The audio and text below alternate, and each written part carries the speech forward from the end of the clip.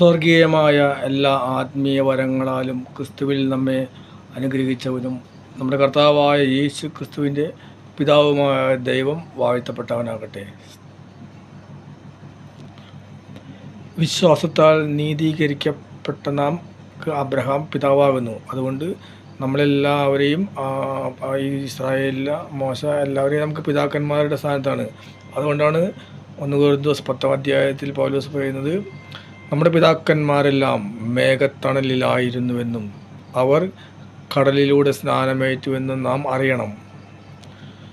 അവിടെ പറയുന്നത് അവർക്ക് ദൈവം നൽകിയ സ്നാനം നോക്ക്. നമ്മളിവിടെ ഒരു വെള്ളം ഒഴിച്ചോ അല്ലെങ്കിൽ ഉള്ള സ്നാനം നൽകുന്നത് പോലെയാണ്. ആ ദൈവം ആ ഇസ്രായേൽ ജനത്തിന് മേഘത്തിൽ സ്നാനം നൽകി.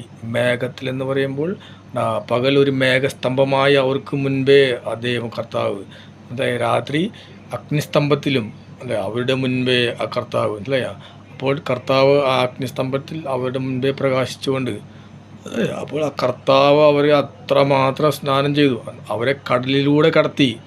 ആ സ്നാനം കടൽ സ്നാനം ഒരു 2 വശത്തും മതിൽ പോലെ ഉയർത്തി കടലിൽ നിർത്തിയിട്ട് അവരെ ആ സ്നാനം ചെയ്യിപ്പിച്ചു അല്ലേ.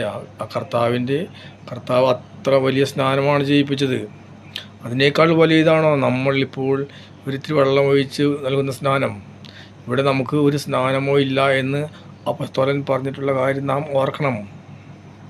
ഇത്രയും വലിയ സ്നാനമേറ്റവർ, അതേപോലെ തന്നെ ആത്മീയ ഭക്ഷണം കഴിച്ചവർ അല്ലേ, അവർക്ക് ദൈവം ആരാണ് നൽകുന്നത്? ആരാണ് ഇവരുടെ മുമ്പിൽ ഈ പ്രകാശമായിട്ട് മുന്നേ നടന്നത്? യേശുക്രിസ്തുവാണ് അവരുടെ മുന്നിൽ പ്രകാശിച്ചിരുന്നത് അല്ലേ. ആ ദൈവത്തിൻ്റെ പ്രതിരൂപമായ യേശുക്രിസ്തുവാണ് അവരുടെ കൂടെ നടന്നത്, അവർക്ക് സ്നാനം നൽകിയത്, അവർക്ക് സ്വർഗത്തിൽ നിന്ന് അപ്പം നൽകിയത്. ആ ക്രിസ്തു അവരുടെ കൂടെ നടന്നിട്ട് അവർക്ക് എന്ത് പറ്റി എന്നുള്ളതാണ് നാം പഠിക്കേണ്ടത്.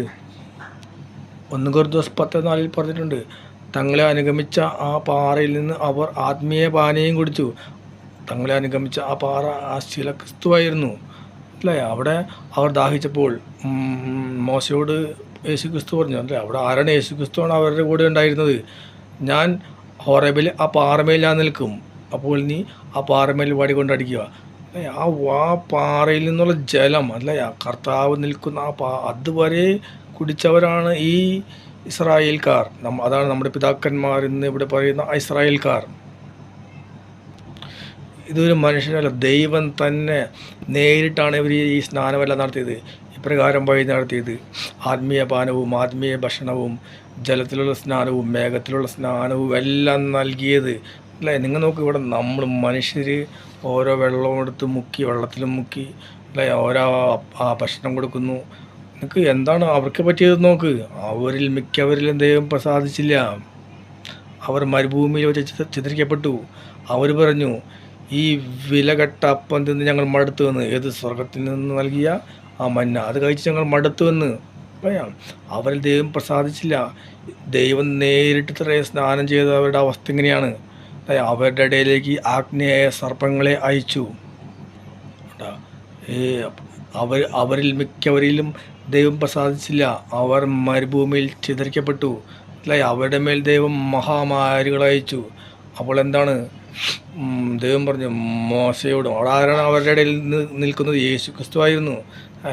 ആ യേശു ക്രിസ്തു പറഞ്ഞു അഹരോനോടും മോശയോടും ഈ ജനമധ്യത്തിൽ നിന്ന് ഓടി അകലുക അല്ലേ. ആ ദൈവം ആ ജനത്തെ മുഴുവൻ നശിപ്പിക്കാൻ ഒരുങ്ങിയതാണ് അല്ലേ. അപ്പോൾ അവിടെ അഹരോനും മോശയും ഇടപെട്ടത് കൊണ്ടാണ് അവർ ഓടിച്ചെന്ന് ധൂപകലശമെടുത്ത് പ്രായശ്ചിത്ത ബലി അർപ്പിച്ച് അവർ ജനത്തിൻ്റെ ഇടയിൽ നിന്നു അല്ലേ. അങ്ങനെ ആ മഹാമാരി നിലച്ചു. എന്നാലും എത്രയോ ആയിരക്കണക്കിന് ആളുകൾ അവിടെ മരിച്ചു വീണു. ഇവിടെ പറഞ്ഞിരിക്കുന്നത് എന്താണ്? അവരെ പോലെ തിന്മ ആഗ്രഹിക്കാതിരിക്കാൻ നമുക്കിതൊരു പാഠമാണെന്നാണ്. എന്താണ് അവർ ആഗ്രഹിച്ച തിന്മ? ഇത്രയും ദൈവം നേരിട്ട് സ്നാനം നൽകിയിട്ടും, ദൈവം നേരിട്ട് ഭക്ഷണം നടത്തിയിട്ടും, ദൈവം അവരുടെ മുൻപേ നടന്ന് അവരെ നയിച്ചിട്ടും, മനസ്സിലായ? അവർ ആഗ്രഹിച്ച തിന്മ എന്താണ്? മനസ്സിലായ? അവരാ ഈജിപ്തിലായിരുന്നപ്പോൾ അവരുടെ ഉള്ളിൽ കിടന്ന ആ വിഗ്രഹങ്ങളും ഇതിനോടുള്ള ആരാധനയും അതെല്ലാം അവരുടെ ഉള്ളിൽ നിന്ന് കിടന്നു. അതാണ് അവരിൽ നിന്ന് പുറത്തു വന്നത്. ആ തിന്മകളാണ് അവർ വീണ്ടും ആഗ്രഹിച്ചത്. അവരിൽ ചിലപ്പോൾ നിങ്ങൾ വിഗ്രഹാരാധകരാകരുത്, അവർ തിന്നാനും കുടിക്കുവാനുമായി നിൽക്കുകയും ചെയ്തു. മനസ്സിലായ? അവിടെ ഒരു വിഗ്രഹം അവർ വാർത്തെടുത്തു, ഒരു കാളക്കുട്ടിയുടെ വിഗ്രഹം. എന്നിട്ട് അവരെന്താണ് പറഞ്ഞത്? അല്ലയാ, നമുക്ക് നാളെ കർത്താവിൻ്റെ ഉത്സവം ആഘോഷിക്കാം, മനസ്സിലായാ, ആ കാളക്കുട്ടിയെ വെച്ചിട്ട്. നമുക്ക് അവർ വിഗ്രഹാരാധകരാകുകയാണ്, മനസ്സിലായാ. ഒരു കാളക്കുട്ടിയെ വെച്ചിട്ട് അവർ കർത്താവിൻ്റെ ദിവസം ആചരിക്കാമെന്നാണ് പറഞ്ഞ ഉത്സവം. ഇവിടെ നോക്ക്, ഇവിടെ ഓരോ വിഗ്രഹങ്ങളെടുത്തിട്ട് കർത്താവിൻ്റെതാണെന്ന് അത് തന്നെയാണ് ഇവിടെ ചെയ്യണത്. അവരിൽ ചിലർ ചെയ്തതുപോലെ വ്യഭിചാരം ചെയ്യരുത്, മനസ്സിലായ. ഇത്രയും ദൈവം വഴി നടത്തിയ ആ ജനം വ്യഭിചാരം ചെയ്തു, മനസ്സിലായ. അവർ മറ്റുള്ള ജാതികളുടെ അവർ ഭക്ഷണത്തിന് ക്ഷണിക്കുകയും അവരുടെ കൂടെ പോയിരുന്ന് അവരോടൊപ്പം ഭക്ഷണം കഴിക്കുകയും മാത്രമല്ല അവരുടെ ദേവന്മാരെ ആരാധിക്കുകയും ചെയ്തു, മനസ്സിലായ. ദൈവത്തിൻ്റെ ക്രോധം അവരുടെ മേൽ പതിച്ചു. എന്തുകൊണ്ടാണ് അവരുടെ മേൽ പതിച്ചത്? ആ ദൈവം അവരെ കൈപിടിച്ച് വഴി നടത്തി മുൻപേ നടന്ന് അവരെ കൊണ്ടുവന്നാണ്, അല്ലേ. മേഘത്തിലും ജലത്തിലും സ്നാനം ചെയ്തും ആത്മീയ ഭക്ഷണം കൊടുത്തും. ഇതെല്ലാം നിങ്ങൾ ഓർമ്മയിൽ വെക്കണം. നിങ്ങളിപ്പോൾ ഏതെങ്കിലും ഒരു പാനീയം വെള്ളം മേത്തൊഴിച്ചോ ഭക്ഷണം കഴിച്ചിട്ടോ രക്ഷപ്പെടാമെന്ന് വിചാരിക്കുകയാണെങ്കിൽ നിങ്ങൾ ഇത് ചിന്തിച്ചു കൊള്ളുക. അവർ ദൈവത്തിനെതിരെ പിറുപിറുത്തു, മനസ്സിലായ. സംഹാരകൻ അവരെ നശിപ്പിച്ചു കളഞ്ഞു. ഇവിടെ ഇതെല്ലാം നമുക്കൊരു പാഠമാകേണ്ടതിന് എഴുതപ്പെട്ടിരിക്കുന്നു എന്ന് പറഞ്ഞത് എന്തുകൊണ്ടാണ്? ഇവിടെ പറയുന്നു, യുഗങ്ങളുടെ അന്തിമഘട്ടം നമ്മിലാണല്ലോ വന്നു ചേർന്നിരിക്കുന്നത്. നിങ്ങൾ നോക്കുക, എല്ലാ ബലിയർപ്പണങ്ങളും, പാവപരിഹാര ബലി, അതുപോലെ അനുഷ്ഠാനങ്ങൾ, പെസക, അപ്പം, ഇതെല്ലാം യേശുക്രിസ്തു ആ മുറിക്കപ്പെട്ട അപ്പം എവിടെ നിന്നാണ് കിട്ടിയത്? നിങ്ങൾ പെസക ആചരിക്കണം, മനസ്സിലായി. ആ അപ്പം അന്നേ ഉള്ള അപ്പമാണ്. ആ അപ്പമാണ് ഇവിടെ പിന്തുടർന്ന് വന്നിരിക്കുന്നത്. ആ അപ്പമാണ് യേശുക്രിസ്തു ഇവിടെ മുറിച്ചത്. ഇതെല്ലാം ഉണ്ടായി, ഇതെല്ലാം അന്നേ നൽകിയതാണ്. എല്ലാ ബലിയർപ്പണങ്ങളും അനുഷ്ഠാനങ്ങളും അതേപോലെ തന്നെ സ്നാനങ്ങളും എല്ലാം കിട്ടിയ ജനതയാണ് ഇവിടെ ഈ മരിച്ചു വീണിരിക്കുന്നത്. നമ്മൾക്ക് എന്താണ് പാഠമാകേണ്ടത്? നമുക്ക് ഒരു അനുഷ്ഠാനവും അപ്പസ്തോലൻ നൽകുന്നില്ല. ഇവിടെ ഈ ഇസ്രായേൽക്കാർക്ക് ഇത്രയും സ്നാനങ്ങളെക്കുറിച്ച് പറഞ്ഞ് ഭക്ഷണങ്ങളും എല്ലാം അവർക്ക് അവിടെ സംഭവിച്ച കാര്യങ്ങൾ മാത്രമാണ് ഇവിടെ പറയുന്നത്. അല്ല, ഇവിടെ നമുക്ക് പറയാൻ ഒരു അനുഷ്ഠാനമോ ഒരു അപ്പമോ ഒരു ഭക്ഷണമോ പൗലോസ്ലീഹ വിജാതിയരായ നമുക്ക് ഇതുവരെ ഇല്ല. അതുകൊണ്ടാണ് നമുക്ക് മനസ്സിലായ, അതെല്ലാം ഉണ്ടായിരുന്നവർ നശിച്ചു പോയി. നമുക്കിതെങ്ങനെ ഇതാക്കിയതാവാനാണ് ഇത് ഇവിടെ ഉദ്ദേശിക്കുന്നത്, മനസ്സിലായ. അതാണ് പറഞ്ഞത്, നിൽക്കുന്നു എന്ന് കരുതുന്നവൻ വീഴാതെ സൂക്ഷിച്ചു കൊള്ളട്ടെ. അതായത് സാധാരണമല്ലാത്ത ഒരു പ്രലോഭനവും നിങ്ങൾ നേരിട്ടിട്ടില്ല. നമുക്ക് യാതൊരു പ്രലോഭനങ്ങളും ഇല്ല. നമ്മളെ ദൈവം നയിക്കുന്നത് യാതൊരു അനുഷ്ഠാനങ്ങളോ ആചാരങ്ങളോ ഒന്നും കൂടെയല്ല, മനസ്സിലായി. നമുക്ക് ഒരു പ്രലോഭനവും, നമുക്ക് ആ ശക്തിക്ക് അതീതമായ ഒരു പ്രലോഭനവും ഉണ്ടാക്കാൻ ദൈവം സമ്മതിക്കുകയില്ല, അല്ലേ. ഇവിടെ നമുക്കറിയാം, അപ്പസ്തോലൻ ഇതുവരെ നമ്മൾ നയിച്ചത് വിശ്വാസത്താലാണ്, മനസ്സിലായി. വിശ്വാസത്താൽ നീതീകരിക്കാൻ വേണ്ടിയിട്ടാണ്. നമുക്ക് ഒരു അനുഷ്ഠാനവും ഇല്ലാതെ ആ യേശുക്രിസ്തുവിനെ കുറിച്ചുള്ള സുവിശേഷ പ്രസംഗത്തിലുള്ള വിശ്വാസത്താൽ ആ രക്തം കൊണ്ടുള്ള പാപപരിഹാരമാണ് നമുക്ക് നൽകുന്നത്, മനസ്സിലായി. ഇസ്രായേൽ അങ്ങനെയാണോ? ഇസ്രായേലിനെ ദൈവം എത്രയെല്ലാം കൂടെ നടന്ന് നയിച്ചവരാണ്, മനസ്സിലായ. നമ്മെ നയിക്കാനായിട്ട് ഇപ്പോൾ നമുക്ക് ദൈവം യേശുക്രിസ്തുവിനെ കുറിച്ചുള്ള സുവിശേഷം നമുക്ക് നൽകുന്നു. നമ്മളിവിടെ അപ്പസ്തോലൻ പഠിപ്പിക്കേണ്ടതാണ് നടന്ന കാര്യങ്ങൾ, ഉള്ള കാര്യങ്ങൾ, നൽകപ്പെട്ട കാര്യങ്ങൾ. ഇവിടെ നൽകപ്പെടാത്ത കാര്യം എന്താണ് സംസാരിക്കാത്തത്? നമുക്ക് കഴിക്കാൻ ഒരു അപ്പമോ ഒരു ഭക്ഷണമോ ഒരു അനുഷ്ഠാനമോ ഇവിടെ നൽകപ്പെട്ടിട്ടില്ല. അതുകൊണ്ടാണ് ആ കാര്യങ്ങൾ ഇവിടെ വിശദീകരിക്കാത്തത്. ഇവിടെ അപ്പസ്തോലൻ പറയുന്നു, ആകയാൽ പ്രിയപ്പെട്ടവരെ, നിങ്ങൾ വിഗ്രഹാരാധനയിൽ നിന്ന് ഓടിയകലുവിൻ. വിവേകമതികളോടെന്ന പോലെ പറയുന്നു, നിങ്ങൾ തന്നെ വിധിക്കുവിൻ. എന്താണ് ഈ വിവേകമതികളോടെന്ന പോലെ നിങ്ങൾ വിധിക്കാൻ പറയുന്നത്? എന്താണ് വിഗ്രഹാരാധനയിൽ നിന്ന് ഓടിയകലാൻ പറഞ്ഞത്? ഇവിടെ എന്താണ് നാം ഗ്രഹിക്കേണ്ടത്? ഇവിടെ നമുക്ക് മനസ്സിലായ, ഇസ്രായേലിന് എല്ലാ അനുഷ്ഠാനങ്ങളും ബലിയർപ്പണവും മനസ്സിലായ സകലതും ഉണ്ടായിരുന്നു. ഇവിടെ നമുക്ക് ഒന്നും നൽകപ്പെട്ടിട്ടില്ല. അതുകൊണ്ട് ഈ വിഗ്രഹാരാധനയിൽ നിന്ന് ഓടിയകലുവിനെന്ന് പറഞ്ഞത് എന്താണെന്ന് മനസ്സിലാക്കണം. വ്യക്തമായി വായിച്ചു നോക്കണം, മനസ്സിലായ. നാം അനുഗ്രഹിക്കുന്ന അനുഗ്രഹത്തിൻ്റെ പാനപാത്രം അത് ക്രിസ്തുവിൻ്റെ രക്തത്തിലുള്ള ഭാഗഭാഗിത്വമല്ലേ? നാം മുറിക്കുന്ന അപ്പം അവൻ്റെ ശരീരത്തിലുള്ള ഭാഗഭാഗിത്വമല്ലേ? ഇവിടെ ഈ വചനത്തിൽ നിന്നും നമ്മൾ എങ്ങനെയാണ് വിഗ്രഹാരാധനയിൽ നിന്ന് ഓടി അകലുക എന്നുള്ള കാര്യം ഗ്രഹിക്കേണ്ടത്? നമ്മൾ ഒരു പാനപാത്രം എടുത്ത് നമ്മളൊരു പാനപാത്രത്തിൽ കൊണ്ടുവന്ന് നമ്മളൊരു പാനം ചെയ്യുക എന്നുള്ളൊരു രീതി ഇവിടെ ഇല്ല, അല്ലേ. നമുക്ക് പറയുന്നത് നമ്മുടെ പാനപാത്രം എന്ന് പറഞ്ഞാൽ നാം അവൻ്റെ രക്തത്തിൻ്റെ ഭാഗമായി തീരുന്നതാണ്. അല്ലാതെ നാം ഏതെങ്കിലും ഒരു പാനപാത്രം എടുത്ത് ഇത് രക്തമാണ് കുടിക്കുവിൻ എന്ന് പറയുന്നത് അല്ല. അതാണ് പറഞ്ഞത്, നിങ്ങൾ ഇവിടെ ഈ വചനത്തിൽ നൽകിയിട്ടാണ് നിങ്ങൾ വിഗ്രഹാരാധനയിൽ നിന്ന് ഓടിയകലുവിൻ. അതായത് നിങ്ങൾക്കൊരു വസ്തുവില്ല, നിങ്ങൾക്ക് കാണപ്പെടുന്ന ഒന്നും നൽകപ്പെട്ടിട്ടില്ല. ഈ സുവിശേഷം വിശ്വാസത്താൽ നീതീകരിക്കപ്പെടുന്ന സുവിശേഷമാണ്. നാം മുറിക്കുന്ന അപ്പം അവൻ്റെ ശരീരത്തിലുള്ള ഭാഗഭാഗിത്വമല്ലേ, അല്ലയാ? നമുക്ക് ഇവിടെ കാണപ്പെടുന്ന ഒരപ്പവുമില്ല, ഒരപ്പം മുറിച്ച് ഭക്ഷിക്കുന്ന ഒരു അനുഷ്ഠാനവുമില്ല. ഇവിടെ അപ്പസ്ഥലം നമ്മളൊരു അപ്പത്തെ എടുക്കരുത്. അതുകൊണ്ടാണ് പറഞ്ഞത് വിഗ്രഹാരാധനയിൽ നിന്ന് ഓടിയകലുവിൻ. എന്ന് വെച്ച് കഴിഞ്ഞാൽ ഈ അപ്പം മുറിക്കുന്ന ഒരു രീതിയല്ല, നാം അവൻ്റെ ശരീരത്തിൻ്റെ ഭാഗഭാക്കുകളാണ് എന്നുള്ളതാണ് നമ്മുടെ സുവിശേഷം. അല്ലാതെ ഒരപ്പം എടുത്ത് മുറിച്ച് ഇത് ശരീരമാണെന്ന് ഭക്ഷിക്കുന്നതല്ല, മനസ്സിലായ? അങ്ങനെ ഒരു ഭക്ഷണം ഉണ്ടായിരുന്നെങ്കിൽ അത് ഇവിടെ പഠിപ്പിക്കുമായിരുന്നു. നമ്മളിത് ഗ്രഹിക്കണം. അതുകൊണ്ടാണ് നമ്മുടെ പാനപാത്രം, നമ്മുടെ അപ്പം എന്ന് പറഞ്ഞാൽ അവൻ്റെ രക്തത്തിൻ്റെ ഭാഗമാകുക, അവൻ്റെ ശരീരത്തിൻ്റെ ഭാഗമാകുക. അത് ഗ്രഹിക്കുന്നവനാണ് വിശ്വാസത്താലുള്ള നീതീകരണം എന്ന സുവിശേഷത്തിലൂടെ രക്ഷയിലേക്ക് പ്രവേശിക്കുന്നത്. മറ്റുള്ളവരെ നോക്ക്, അവർക്ക് ദൈവം കൂടെ നടന്ന് അവരെ എല്ലാ അനുഷ്ഠാനങ്ങളിലൂടെയും കടത്തിവിട്ടതാണ്. അവരിൽ മിക്കവരിലും ദൈവം പ്രസാദിച്ചില്ല. യേശു ക്രിസ്തു വന്നപ്പോഴും അവരും ആ അനുഷ്ഠാനങ്ങളിൽ തന്നെ ഇരുന്നു. അതുകൊണ്ടാണ് അവർ യേശു ക്രിസ്തുവിനെ തിരിച്ചറിഞ്ഞുമില്ല. നിങ്ങൾ നോക്ക്, അപ്പം ഒന്നേയുള്ളൂ, അതിനാൽ പലതായിരിക്കുന്ന നാം ഒരു ശരീരമാണ്. ഒരു ശരീരമാണ്, ഒരു അപ്പത്തിൻ്റെ ഭാഗഭാക്കുകളാണ്. നമ്മൾ ഈ അപ്പം വാങ്ങി ഇങ്ങനെ കഴിക്കുക എന്നുള്ള ഒരു രീതിയല്ല, അങ്ങനെ ഒരു അനുഷ്ഠാനം നമുക്കില്ല, അല്ലയാ? ഇവിടെ ബലിയർപ്പണം അങ്ങനെ ഒരു കാര്യം ഇവിടെ രേഖപ്പെടുത്തിയിട്ടേ ഇല്ല, അല്ലയാ? അവിടെ ഈ സ്നാനവും ഈ ഭക്ഷണങ്ങളും ബലിയർപ്പണങ്ങളും ബലിവസ്തുക്കളും പെസഹയും എല്ലാം ഇസ്രായേലിലാണ്, മനസ്സിലായ? വിജാതിയർക്ക് ഇങ്ങനെ എന്തെങ്കിലും ഒന്നിനെക്കുറിച്ച് ഇവിടെ എങ്ങനെ രേഖപ്പെടുത്തിയിട്ടില്ല. ഇല്ലാത്തൊരു കാര്യം എങ്ങനെ ഇവിടെ പ്രസംഗിക്കും, അല്ലയ? നാം ആ ശരീരത്തിൻ്റെ ഭാഗവാക്കുകളാണ്, അല്ലയ? നാം അവൻ്റെ ഒരപ്പമേ ഉള്ളൂ, ആ അപ്പമാകുന്ന ആ അപ്പത്തിൻ്റെ ഭാഗഭാഗമാണ്, മനസ്സിലായ? ക്രിസ്തു ശരീരമാണെങ്കിൽ നാം അവൻ്റെ അവയവങ്ങളായി തീരുക എന്നുള്ളതാണ്.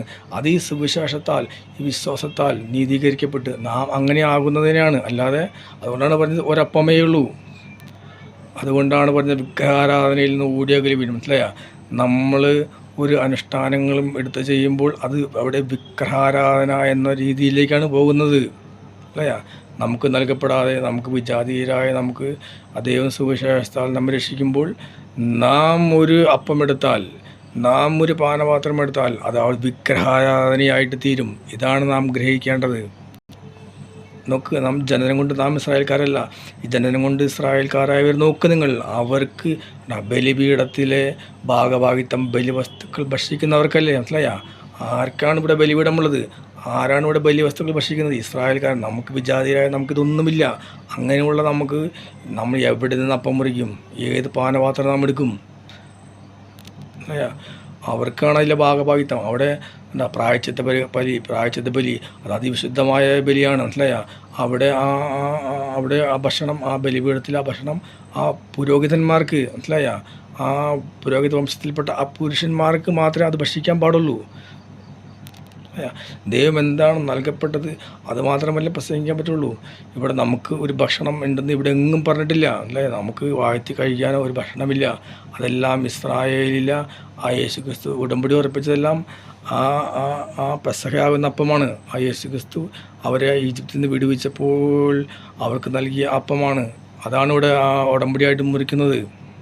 നിങ്ങൾ ശ്രദ്ധിച്ച് നോക്കുക. അതായത് ഇസ്രായേലിലെ ബലിവസ്തു ബലിഭക്ഷണം കിട്ടിയ അനുഷ്ഠാനങ്ങളല്ലാതെ ഇവിടെ വേറെ ഒരു നമുക്ക് വിജാതിരായ നമുക്ക് ഒരു അനുഷ്ഠാനമോ ഭക്ഷണത്തെക്കുറിച്ച് ഒന്നും പറയുന്നില്ല. ഇവിടെ പറയുന്നത് ശ്രദ്ധിച്ച് കേൾക്കുക, അല്ലയാ? വിഗ്രഹത്തിന് സമർപ്പിച്ച ആഹാരപദാർത്ഥമോ വിഗ്രഹം തന്നെയോ എന്തെങ്കിലും ആണെന്ന് ഞാൻ ഉദ്ദേശിക്കുന്നുണ്ടോ എന്ന് പൗലോസ് എഴുതുമ്പോൾ നിങ്ങൾ എന്താണ് ഗ്രഹിക്കേണ്ടത്? പിന്നെ ഇതല്ലാതെ വേറെ ഏത് ഭക്ഷണമാണ്? വിഗ്രഹത്തിന് അർപ്പിച്ച ഭക്ഷണമോ അത് വിഗ്രഹം തന്നെയോ, അല്ലയാ? ഇവിടെ നിങ്ങൾ ഉദ്ദേശിക്കുന്ന ഒരു രീതിയിലുള്ള ഒരു അനുഷ്ഠാനം ഇവിടെ നൽകപ്പെട്ടിട്ടില്ല. അതുകൊണ്ടാണ് പിന്നീടുള്ള ഭക്ഷണമാണ് ഈ വിഗ്രഹത്തിന് അർപ്പിച്ചത്. അപ്പോൾ നമ്മളൊരു ബലിയർപ്പണം എന്ന് പറഞ്ഞ് നമ്മളൊരു അനുഷ്ഠാനം എടുത്തു കഴിഞ്ഞാൽ അത് എങ്ങനെയായിത്തീരും എന്ന് നാം വായിക്കുമ്പോൾ മനസ്സിലാകും. ഇല്ല, വിജാതിയർ ബലി അർപ്പിക്കുന്നത് പിശാചിനാണ്.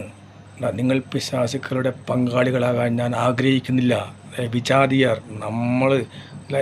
നിങ്ങൾ നോക്ക്, നമ്മൾ ഇവിടെ വിജാതിയരാണ്. ഇസ്രായേൽക്കാരല്ലാത്ത അനുഷ്ഠാനങ്ങൾ ഒന്നുമില്ലാത്ത വിജാതിയരാണ്.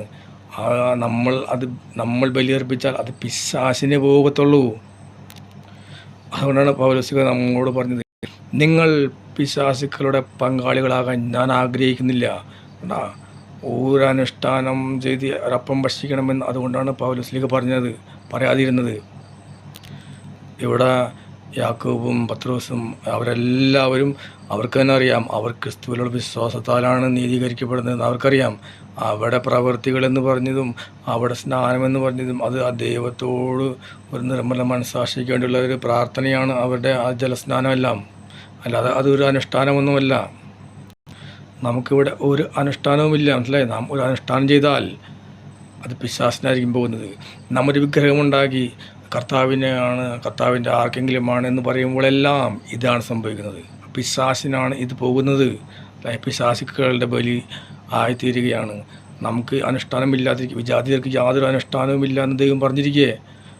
വിശ്വാസം വഴി ലഭിക്കുന്ന രക്തം കൊണ്ടുള്ള പാപപരിഹാരമായി പിതാവായ ദൈവം യേശു ക്രിസ്തുവിനെ നമുക്ക് നൽകിയെന്ന് പറഞ്ഞിരിക്കെ, നമ്മുടെ ശരീരത്തിന് ബലഹീനമായത് യേശു ക്രിസ്തു ചെയ്തു എന്ന് പറഞ്ഞിരിക്കെ, നാം ഈ ശരീരം കൊണ്ട് ആചാരങ്ങളും ചെയ്യുമ്പോൾ അത് പിശാചിനാണ് പോകുന്നത്. അതുകൊണ്ടാണ് പറയുന്നത്, നിങ്ങൾ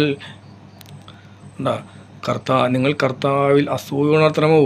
ആ കർത്താവിന് കൊടുക്കേണ്ടത് നിങ്ങൾ പിശാചിന് കൊടുക്കുമ്പോൾ ആ കർത്താവിൽ നിങ്ങൾ അസൂയ ഉണർത്തുകയാണോ? നിങ്ങൾ കർത്താവിനേക്കാൾ ശക്തരാണോ? നോക്കാം, ഇവിടെ എന്തിനാണ് പിശാചുക്കളുടെ വിജാതീയരെന്ന് പറയുന്ന ആരാണ്? ഒരു വിശ്വാസത്താൽ നീതീകരിക്കപ്പെടാതെ അനുഷ്ഠാനങ്ങളിലൂടെ പോകുന്നവരെല്ലാം വിജാതീയർ തന്നെയാണ്, മനസ്സിലായ. ഇപ്പോഴും അവൻ കർത്താവിലേക്ക് വന്നിട്ടില്ല, മനസ്സിലായ. ഇവിടെ നിങ്ങൾ നോക്കാം, വിശ്വാസത്താൽ നീതീകരിക്കപ്പെട്ട അവൻ ഇങ്ങനെ ചെയ്യാൻ ആരെങ്കിലും വന്ന് ഉപദേശങ്ങൾ നൽകി അവിടെ കയറി ഈ അനുഷ്ഠാനങ്ങളിലേക്ക് പോയി കഴിഞ്ഞാൽ അവൻ ചെയ്യുന്നത് പിശാചിനായിരിക്കുമെന്നാണ് പറയുന്നത്, അല്ല. ഇവിടെ വിശ്വാസത്താൽ നീതീകരണത്തിലില്ല. അനുഷ്ഠാനങ്ങളാൽ വന്ന് ക്രിസ്ത്യാനികൾ എന്ന് പറഞ്ഞ് ഇങ്ങനെ ബലിയർപ്പണങ്ങളുമായി നടക്കുന്നവർക്ക്, അല്ല. നിങ്ങൾ നോക്ക്, അങ്ങനെ ഈ സുവിശേഷം ഒന്നും ഗ്രഹിക്കാതെ യേശു ക്രിസ്തു നമ്മളെങ്ങനെയാണ് രക്ഷിക്കുന്നതെന്ന് മനസ്സിലാക്കാതെ തലയിൽ വെള്ളം ഒഴിക്കുക, അപ്പം കഴിക്കുക, ഇങ്ങനെ നടക്കുന്നവർ ഇപ്പോഴും വിജാതീയർ തന്നെയാണ്, മനസ്സിലായ. നിങ്ങൾ നോക്ക്, നിങ്ങൾ ഈ ദൈവം പാഠമാകേണ്ടതെന്ന് പറഞ്ഞിട്ട് ഈ ആത്മീയ ഭക്ഷണം, ആത്മീയ പാനീയവും സ്നാനങ്ങളും എല്ലാം ഏറ്റ ജനത്തിന് ദൈവം, മനസ്സിലായ, മോശയോട് മാറി നിൽക്കാനാണ് പറഞ്ഞത്. നിങ്ങൾ ഈ ദൈവത്തിൻ്റെ ജനമായിരുന്നെങ്കിൽ എന്നെ നശിപ്പിച്ചതിനെ, മനസ്സിലായ. ഇവിടെ ആരും വിശ്വസ്താൽ ദൈവത്തിൻ്റെ ജനമായിട്ടില്ല. വെറുതെ സ്വയം ക്രിസ്ത്യാനികളെന്ന് പറഞ്ഞ് മുന്നോട്ട് പോകുന്നതേ ഉള്ളൂ. നിങ്ങൾ യഥാർത്ഥത്തിൽ ദൈവത്തിൻ്റെ ജനമായിരുന്നെങ്കിൽ നിങ്ങൾ ഇങ്ങനെ അനുഷ്ഠാനങ്ങൾ പ്രവർത്തിച്ച് പിശാചുക്കളുടെ പങ്കാളികളാകുമ്പോൾ അവിടെ ഇസ്രായേലിന് സംഭവിച്ചത് എന്താണ്? ആ ഇസ്രായേൽക്കാരെ അഗ്നിയ സർപ്പങ്ങൾ അയച്ചു, അവരുടെ മേൽ മഹാമാരികൾ അയച്ചു, അവർക്ക് അഗ്നി അയച്ചു, മനസ്സിലായ. അവരിൽ ഒരുപാട് പേർ മരണം അടഞ്ഞു. അതേപോലെ താക്കീതാകേണ്ടതാണെങ്കിൽ അങ്ങനെയാണ് ആകേണ്ടത്, മനസ്സിലായ. ഇവിടെ പലരും കർത്താവിലേക്ക് വന്നിട്ട് പോലുമില്ല, ക്രിസ്ത്യാനികൾ ആയിട്ട് പോലുമില്ല. ഇപ്പോഴും ആ വിജാതീയർ എന്ന ലേബലിൽ തന്നെയാണ് നിൽക്കുന്നത്, അല്ലയാ. ഒരു വിജാതീയൻ ഒരു ക്രിസ്തുവിലായിരിക്കണമെങ്കിൽ, ക്രിസ്തുവിൻ്റെ ശരീരത്തിൻ്റെ അവയവമാകണമെങ്കിൽ അവനെക്കുറിച്ചുള്ള സുവിശേഷം കേട്ട് അവിശ്വാസത്താൽ അവനിൽ പരിശുദ്ധാത്മാവ് വരണം. നമുക്കിവിടെ നിയമങ്ങളുടെ ഒരു മഹത്വമുള്ള ആ ശുശ്രൂഷ ഉണ്ടായിരുന്നു, മനസ്സിലായ. ഇതെല്ലാം നിയമാനുസൃതമാണ്, ഒന്നും പ്രയോജനകരമല്ല, മനസ്സിലായ. ഇതേപോലെ നിയമാനുഷ്ഠാനമായിട്ടും യേശു ക്രിസ്തു വരുമ്പോഴും വലിയ പ്രയോജനകരമുണ്ടായിരുന്നു ഇല്ല. എല്ലാം നിയമാനുസൃതമാണ്, ഒന്നും പടുത്തുയർത്തുന്നില്ല, മനസ്സിലായ. ഇവിടെ നിയമത്തിനോ നിയമാനുഷ്ഠാനങ്ങൾക്ക് ഒന്നിനും പടുത്തുയർത്താൻ കഴിഞ്ഞില്ല, മനസ്സിലായ. എല്ലാം തോൽപ്പിക്കപ്പെട്ടെടുത്ത് ഇതാ ക്രിസ്തുവിൻ്റെ സുവിശേഷം നിങ്ങളെ രക്ഷിക്കാൻ വന്നിരിക്കുകയാണ്. ഇവിടെ ഒരു ഭക്ഷണമോ അനുഷ്ഠാനമോ സ്നാനമോ നമുക്ക് നൽകുന്നില്ല. ഏതൊരുവനും സ്വന്തം നന്മ കാംക്ഷിക്കാതെ അയൽക്കാരൻ്റെ നന്മ കാംക്ഷിക്കട്ടെ. ഇതാണ് കർത്താവ് നിങ്ങളോട് പറയുന്നത്. നിങ്ങൾ സ്വന്തം കാര്യങ്ങൾ മാത്രമാണ് ചിന്തിക്കുന്നത്. സെറ്റിലാവണം, രക്ഷപ്പെടണം. ഇസ്രായേലിന് ഭക്ഷണവും പെസക എല്ലാം ഉണ്ടായിരുന്നു, നമുക്കിതൊന്നുമില്ല. നമ്മളോട് എന്താ പറഞ്ഞിരിക്കുന്നത്? നിങ്ങൾ ചന്തയിൽ വിൽക്കപ്പെടുന്ന ഏത് മാംസവും വാങ്ങി ഭക്ഷിച്ചു കൊള്ളുവിൻ, മനസ്സിലായ. ഇവിടെ വേറൊരു ഭക്ഷണത്തെക്കുറിച്ചും പൗലോസ് പഠിപ്പിക്കുന്നില്ല. എല്ലാം കർത്താവിൻ്റെ വചനത്താൽ വിശുദ്ധീകരിക്കപ്പെട്ടതാണ്. ഒന്നും നിങ്ങൾ ഭക്ഷിക്കാൻ നിങ്ങൾക്ക് ഒരു കുഴപ്പവുമില്ല. ഇവിടെ നമുക്ക് ദൈവം പൗലോസ്ലീഹയിലൂടെ ഒരു ഭക്ഷണവും നമുക്ക് നൽകിയിട്ടില്ല. അതെല്ലാം ഇസ്രായേലിന് അത് ആദ്യമേ അവരിലുള്ളതാണ്. അല്ലേ? അങ്ങനെ ഒരു ഭക്ഷണം ഉണ്ടെങ്കിൽ അതിനെക്കുറിച്ച് വിശദീകരിക്കണം. അതങ്ങനെ ഇല്ല, അതുകൊണ്ടാണ് അതിനെക്കുറിച്ച് പറയാത്തത്. ഇവിടെ എന്താണ് പറയുന്നത്? അവിശ്വാസിയായ ഒരുത്തൻ നിന്നെ വിളിച്ചാൽ നീ പോയിക്കൊള്ളുക, അവൻ തരുന്നത് എന്തായാലും വാങ്ങി ഭക്ഷിച്ചു കൊള്ളുക, ഒരു കുഴപ്പമില്ല. അപ്പോൾ വേറെ ഒരു വിശ്വാസി വന്നിട്ട് ഇത് കാണുമ്പോൾ അയ്യോ അത് ബലിയർപ്പിച്ച വസ്തുവാണെന്ന് പറയുമ്പോൾ നിങ്ങൾ അവൻ്റെ മനസാക്ഷിയെ കരുതി അത് ഭക്ഷിക്കരുത് എന്ന് പറഞ്ഞിട്ടുള്ളൂ, അല്ലേ? എന്ന് വെച്ച് അവിടെ ഭക്ഷണം എന്തെങ്കിലും ആണെന്ന് ഒന്നും ഇവിടെ പഠിപ്പിക്കുന്നില്ല. ഇവിടെ നമുക്കൊരു ഭക്ഷണമുണ്ടെങ്കിൽ അതിനെക്കുറിച്ച് പറയേണ്ടതിന് പകരം അവിടെ അങ്ങനെ ഒരു ഭക്ഷണമില്ല. അതുകൊണ്ടാണ് പിന്നുള്ളത് എന്താണ്? വിജാതിയുടെ ഭക്ഷണങ്ങൾ, ബലിയർപ്പിച്ച വസ്തുക്കൾ, ഇങ്ങനെയുള്ള ഭക്ഷണങ്ങളാണ് പിന്നെ ഇവിടെ ഉള്ളത്. നമുക്ക് അപ്പം വാഴ്ത്തി ഭക്ഷിക്കുക അല്ലെങ്കിൽ സ്ഥലയിലുള്ള വയ്ക്കുക, ഇങ്ങനെ ഒരു അനുഷ്ഠാനമില്ല. ഉണ്ടെങ്കിലല്ലേ അത് പറയാൻ പറ്റുള്ളൂ. കൃതജ്ഞതയോടെയാണ് ഞാനത് ഭക്ഷിക്കുന്നതെങ്കിൽ കൃതജ്ഞത അർപ്പിക്കുന്ന ഒന്നിനെ എന്തിനെ കുറ്റപ്പെടുത്തണം? മനസ്സിലായി? നമ്മളൊരു നന്ദിയോടെ, ദൈവത്തിനോടുള്ള നന്ദിയോടുകൂടെ ഭക്ഷിക്കുന്നതെങ്കിൽ നമ്മളെ എന്തിനു കുറ്റപ്പെടുത്തണം? അതുകൊണ്ടാണ് നമ്മൾ ഭക്ഷിക്കുകയോ പാനം ചെയ്യുകയോ എന്ത് ചെയ്താലും അത് കർത്താവിൻ്റെ മഹത്വത്തിനായി ചെയ്യുവിൻ, അല്ലയാ? അല്ലാതെ ഇവിടെ കർത്താവിൻ്റെ മഹത്വത്തിനായിട്ട് അപ്പം വാഴ്ത്തി ഭക്ഷിക്കാനല്ല പറയുന്നത്. നിങ്ങൾ എന്ത് ഭക്ഷിച്ചാലും എന്ത് പാനം ചെയ്താലും നിങ്ങൾ കർത്താവിൻ്റെ മഹത്വത്തിനായി ചെയ്യുവിൻ. അതാണ് നമുക്ക് അതേ അങ്ങനെ ഒരു രീതിയേ ഉള്ളൂ, അല്ലാതെ വേറെ ഒന്നുമില്ല. എന്തെങ്കിലും ഉണ്ടെങ്കിലല്ലേ അവിടെ എഴുതാൻ പറ്റുള്ളൂ. ഇത് ബൈബിളാണ്, സത്യവാദ പുസ്തകം. അപ്പോൾ ഇവിടെ ഉള്ളത് മാത്രമേ എഴുതുകയുള്ളൂ, അല്ലെ? ആദ്യം ഉണ്ടായിരുന്ന അതെഴുതും, ഇപ്പോൾ എന്താണ് ഉള്ളത് അത് എഴുതും. അല്ലാതെ നമ്മൾ സങ്കല്പത്തിൽ ഇവിടെ നൽകപ്പെടാത്ത ഒന്നിനെക്കുറിച്ചും ഇവിടെ എഴുതുകയില്ല. ഇവിടുത്തെ പറയുന്നത് യഹൂദർക്കോ ഗ്രീക്കുകാർക്കോ ദൈവത്തിൻ്റെ സഭയ്ക്കോ ഇവിടെ ഉദ്ദേശിക്കണം എന്താണ്? ക്രിസ്തു അവിടെ പൗലോസിലൂടെ യഹൂദന്മാരുടെ ഇടയിൽ സ്ഥാപിച്ച സഭയ്ക്ക് നിങ്ങൾ ദ്രോഹമൊന്നും ചെയ്യരുത്, മനസ്സിലായ? അവിടെ മുന്നമേ തീരുമാനമായതാണ്, നിങ്ങൾക്ക് യാതൊരു ഇതുമില്ല, അല്ലേ? നിങ്ങൾക്ക് യാതൊരു അനുഷ്ഠാനം നൽകപ്പെടുന്നില്ല. അപ്പോൾ അല്ലേ, പത്രോസ് മുന്നേ അവരോട് പറഞ്ഞതാണ്. കാരണം നിങ്ങളുമായിട്ട് ആ അനുഷ്ഠാനങ്ങളുടെ പേരിൽ അവർക്ക് ദ്രോഹം ചെയ്യരുത്, മനസ്സിലായ? നമ്മൾ ഇങ്ങനെയുള്ള അനുഷ്ഠാനങ്ങൾ കാണിച്ച് അവർക്കെതിരെ ഒന്നും ചെയ്യരുത്. പൗലോസ് സുവിശേഷത്തെക്കുറിച്ച് പറഞ്ഞപ്പോൾ പത്രോസ് എല്ലാവരും പറഞ്ഞതാണ്, നിങ്ങൾക്ക് യാതൊരു അനുഷ്ഠാനവുമില്ല, ഉണ്ടായ നിങ്ങൾ രക്തത്തോടു കൂടിയ മാംസം ഭക്ഷിക്കരുത്, ഇങ്ങനെയുള്ള കാര്യങ്ങൾ മാത്രമേ വേണ്ട, പാവങ്ങളെക്കുറിച്ച് ചിന്ത വേണം, അല്ലാതെ വേറൊരു കാര്യങ്ങളും ഇവർക്കില്ല എന്ന് പത്രോസിനും എല്ലാവർക്കും മനസ്സിലായതാണ്. അവരത് തന്നെയാണ് അവരോട് പറഞ്ഞിട്ടുള്ളതും. പൗലോസ് എല്ലാവരുടെയും രക്ഷയെ കരുതി എല്ലാവരെയും പ്രീതിപ്പെടുത്താൻ ശ്രമിക്കുന്നുണ്ട്, മനസ്സിലായ? അവിടെ യഹൂദന്മാർ വരും, മറ്റുള്ളവർ വരും, മനസ്സിലായ? എല്ലാവരെയും പ്രീതിപ്പെടുത്താൻ പൗലോസ് ശ്രമിച്ചു കൊണ്ടിരിക്കുകയാണ്. അതുകൊണ്ടാണ് പറഞ്ഞത് ഇവിടെ നമുക്ക് നൽകപ്പെടാത്ത, നമുക്കോട് ഒരു അനുഷ്ഠാനവും നമുക്ക് നൽകാതിരിക്കെ നമ്മൾ ആ പിശാചിൻ്റെ പങ്കാളികളാകാൻ തുനിയരുത്, അല്ലയാ? യേശുക്രിസ്തുവാണ് അവരെ മേഘത്തിലും കടലിലും, അല്ലയാ, എല്ലാ രീതിയിലും ആത്മീയ പാറയിൽ നിന്ന് വെള്ളമായും എല്ലാം യേശുക്രിസ്തുവാണ് അവരെ ട്രീറ്റ് ചെയ്തത്, മനസ്സിലായ? ഇവിടെ ഏതൊക്കെയോ മനുഷ്യർ വന്ന് നമ്മെ ട്രീറ്റ് ചെയ്ത് നാം രക്ഷപ്പെടുമെന്നാണ് കരുതുന്നത്. നമുക്കായിട്ട് നൽകിയിരിക്കുന്നത് പിതാവായ ദൈവം യേശുക്രിസ്തുവിനെ കുറിച്ചുള്ള സുവിശേഷമാണ്. അതിനായിട്ടാണ് പൗലോസ് ലീഗയെ അയച്ചിരിക്കുന്നത്. യേശുക്രിസ്തു നേരിട്ട് അവരുടെ മുൻപേ നിന്ന് ചെയ്തിട്ട് അവർ രക്ഷ പ്രാപിച്ചില്ല. ഇവിടെ ഈ മനുഷ്യരുടെ കൈകൾ കൊണ്ടുള്ള അനുഷ്ഠാനത്താൽ നിങ്ങൾ രക്ഷപ്പെടുമെന്ന് വിചാരിക്കുന്നുവോ? ഇവിടെ പൗലോസ് ലീഗ പറഞ്ഞിരിക്കുന്നത് ഇത് പിശാചിലേക്ക് പോകുന്ന ബലിയർപ്പണമായിട്ട് തീരും. ശരീരത്തിൻ്റെ പ്രവണതകൾക്കനുസരിച്ച് ജീവിക്കാതെ ആത്മാവിൻ്റെ പ്രചോദനമനുസരിച്ച് ജീവിച്ച് നിങ്ങളുടെ ശരീരം ദൈവത്തിൻ്റെ ആലയമാകുവാനും നിങ്ങളിൽ ദൈവം വസിക്കുവാനുമാണ്. നിങ്ങൾ ക്രിസ്തുവിൻ്റെ ശരീരം മുഖേന നിയമത്തിന് മരിച്ചവരായി.